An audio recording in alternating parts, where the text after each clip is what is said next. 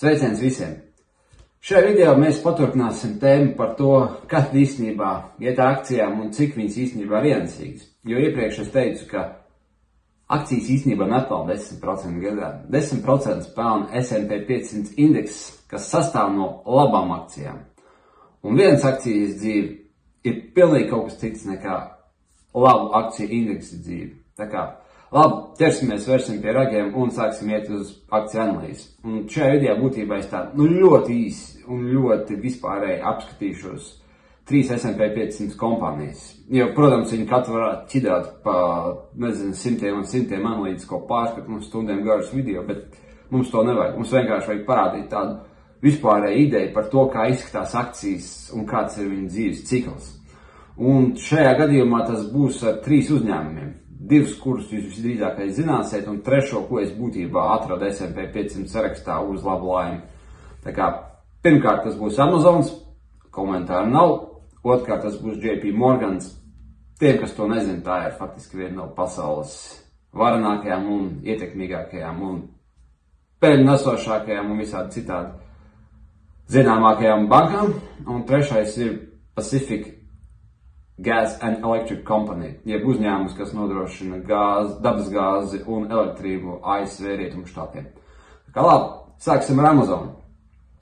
Amazons ir tāds super veiksmes stāsts, lai neteiktu vairāk, jo cik es skatījos, viņa IPO cena bija kaut kāda 15 vai 17 centi, un ja jūs to būtu ieguldījis ar 1000 eiro 97. gada pavasarī, viņš tagad būtu 1,6 miljonu, kas ir vienkārši fenomens. Tas ir viens no labākajiem ienesīgumiem moderno akciju vēsturē, un tas nav kaut kas tāds, ko jūs atradīsiet katru nedēļu. Bet kas ir interesanti? Es teiktu tā, ka Amazon savu 27 gadu dzīves ciklu varētu sadalīt uz kādām 3 daļām. No laika 97. gadā līdz kaut kādam 99. un 2000. gadam, no 2000. līdz kaut kādam 2009. gadam un no 2009. līdz šodienai. Tā kā apstīsimies pašu pirmo posmu. Jūs redzēt, tas bija tas laiks, ko sauc par dotcom bubble, jeb laiku, kad internets deva savu pirmo grūdienu, un tas bija viens no karstākajiem laikiem tehnoloģiju kompānijām jebkad. Un tas ir ļoti labi redzams Amazon cenā, kur apmēram no 15-20 centiem uzkāp līdz cik tur tiem dolāriem, kaut kādiem 5 var kaut ko dolāriem, un jāpastāsta precīzi, jā. Un tas nozīmē, ka viņiem bija kaut kāds, nezinu, apmēram 30-40 reižu kāpums atkarībā no tā, kuru jūs nostipricējat cenu. Jo parasti ir pilnīgi nereāli nopirkt viņu pa zemāko cenu un pārdot par augstāko. Tas notiek tikai pasakās, bet tas trends, ko jūs tur redzat, ir diezgan iespaidīgs. Un var redzēt, ka kāds uzskatīja Amazonu par super kompāniju, kas izmainīs pasauli. Bet interesanti gan bija tas, ka tajā laikā viņš īstenībā sāka savu dzīvi tikai kā grāmatu pārdevējs. Labi, atkal cits stāsts. Anyways, ko es gribu teikt. Strauji un super ienesīgs kāpums. Pēc tam akciju tirgi, tīpaši tehnoloģiju kompānijas, sabruka un kādu laiku bija sliktā stāvoklī. Un šī viena no visu laiku ienesīgākajām finanšu kompānijām 10 gadus bija mīnusos. Un, ja jūs pirkāt viņu kaut kur starp agrējiem 2000 un turēt līdz vēlējiem 2000, šo visu posmu, faktiski, ka viņā nekas nenotika, un jūs būtu zaudējuši savu naudu pret to, ja jūs būtu ieguldījuši S&P 500. Pēc 2010. gada sākās zemās procentu likmes un tā naudas printēšana, un visas akcijas uzgāja diezgan augstu, kā jau mēs to redzam šodien. Un Amazons bija viens no spējīgākajiem biznesa modeļiem, kas apvienoja ļoti daudz mainīgos e-komercijas izaugsmi, iespēju pareizi finansēt savu kapitālu un ātri augt, pēc tam tas bija Covid, un kas iedeva e-komercijai papildus. Tā saukt cēlienu un viss pārējais. Pārējais jau ir vēsturi. Mēs zinām tos visus kāpumus, ko es arī esmu stāstījis savā video. Bet, ko es te gribu pateikt? Īstenībā šie superkompānijai bija 10 gadu posms, kad viņi nedarīja neko. Un tā ir viena no visu laiku ienesīgākajām kompānijām. Labi, ejam tālāk. Skatāmies uz JP Morgan. JP Morganam pretēji Amazonam gan ir ļoti sena vēsture, jo tas uzņēmums faktiski tika dibināts vēlējā 19. gadsimtā. Un tā dibinātājs bija Johns Pierpont Morgans, jeb JP Morgans, un viņam bija visu laiku visvarenākā investīcija banka un banka, modernās Amerikas vēsturē. Viņš bija atbildīgs par daudzu visu laiku lielāko Amerikas kompāniju kotēšanu biržā, apvienošanu un izveidošanu. Un būtībā tas, kā finanšu titāns, tas uzņēmums darbojās līdz agrējiem 30. kad viņš sadalījās Morgan Stanley un JP Morganā. Bet labi, tā ir sīka vēsture. Ko es gribu ar to visu pateikt? Ja mēs pastamies to grafiku, kāds īstenībā viņam ir bijis, jūs redzat to, ka kaut vai kopš 70. gadiem, es tagad pats skatos to grafiku, viņš ir pavadījis 10 gadus, kurās S&P 500 ir kaut kur 4-kāršojies un 5-kāršojies, bet tas pats JP Morgans ir stāvējis uz vietas.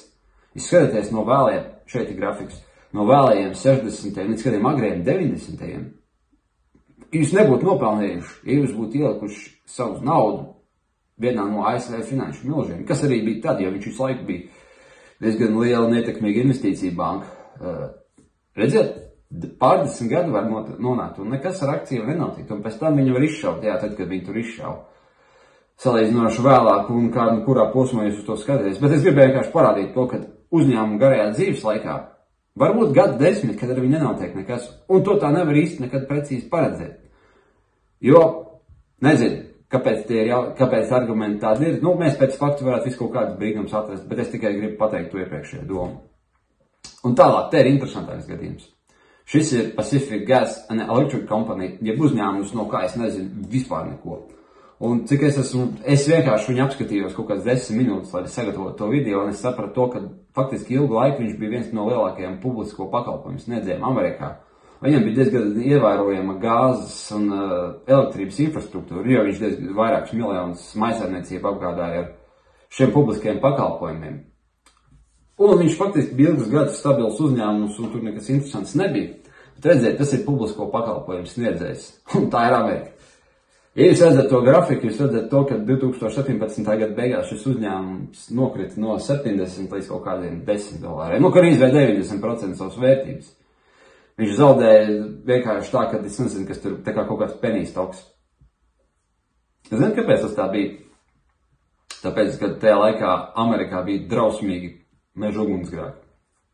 Daudz arī Latvijā dzirdējuši, kad ir daudz bijušas katastrofas saistībā ar meža ugunsgrēkiem Amerikā. Un vienā no šiem gadījumiem tieši Pacific Gas and Electric Company bija apsūdzēts par vainīgo, tāpēc, ka viņu infrastruktūru, es te precīzi nepateikšu, bet laikam tas bija viena no viņiem sadalas vadiem vai sadalas tīkliem vai kaut kādām transformatoriem, kas aizdegās un izraisīja to ugunsgrēku. Tā vismaz bija oficiāli paziņots. Un būtībā tas uzņēmums līdz ar to pasludināja maksāt nespēju, lai viņa nebūtu jāmaksā visi milzīgie sodi. Bet acīm redzot, pēc tam viņš kaut kādā tiesā uzvarēja, un tad viņš kaut kur varēja izdzīvot. Nu, es to tiesas procesu negribu atstāstīt, jo viņai tur tomēr jāiedzinās vairāk nekā 2 minūšu video. Bet ko es gribu pateikt? Pat garš un pat neinteresants liels publisko pakalpojumu sniedzējs, kas nodarbojas ar ļoti paredzamu biznesu un gadu 10 izmaksā dividendes, var nokrist kā klīns vienā brīdī, tāpēc, ka notiek viņa kaut kādas regulatorās izmaiņas, vai arī viņš tiek vainots meža ugunsgrēkā. Nu, tā ir Amerika, tur ir savs nianses, kā saka, bet tas arī nozīmē to, ka izvēlēties vienu kompāniju, kas izmaksās labas dividendes, varbūt mazliet riskantāk nekā tas izskatās, ja jūs uz to skatāties ilgākā laika posmā. Vai tās akcijas arī, ja jūs paskatāties uz tiem no 70. gadiem uz šodien, no 70. gadiem uz šodien paskatoties, tās akcijas ir faktiski stāvējušas uz vietas. Labi, izņemsim tur ārā dividendes, tas ienesīgums būs mazliet labāks, bet tik un tā. 50 gadus var turēt akcijas, kas īstenībā neko nav nopelnījušas. Un redziet, tas ir tas, ko es arī esmu daudz teicis un arī gribu teikt, kad ja jūs pastieties uz akciju cenām, pastieties uz viņām plašākā bildē. Jo visdrīzākais, ka jūs ieraudzīsiet akcijas, par kuras visi esam dzirdējuši, kad viņas ir to no savas garās dzīves, to mazo straujo kāpumu posmu izdarījuši. Un tad jūs viņus tikai redzat, ka tas ir bijis straujais kāpums kaut kad. Tas nav bijis kopēja bildi par to kopēju ienesīgumu. Un ja jūs to analizēsiet no tāda viedokļa, tas akcijas iztīsies pavisam savādāk. Tāpēc kāds ir mans secinājums? Nu, vai 50 reizes notestējat savu investīciju stratēģiju un izdomājat ļoti labu veidu, kā diversificēt savu portfeli un kā izvēlēties vairākas akcijas, lai jums neuztrāpās tāds. No vienas puses stabila kompānija, kas no tāpat brīdī var tikt pasludināt par maksāt nespējīgu dēļ ugunsgrēku, vai arī vienkārši nopērciet labus fondus, kas sako labām stratēģijām, jo tas būs drošāk un ienesīgāk. Tā kā varbūt jums šis video patika, es uztaisīšu atsevišķu video, kurā es analizēju konkrēti vienu uzņēmumu akcijas jau daudz detalizētāk. Paskatīsimies, ko nākotnē rādīs. Tā kā līdz vēlākam.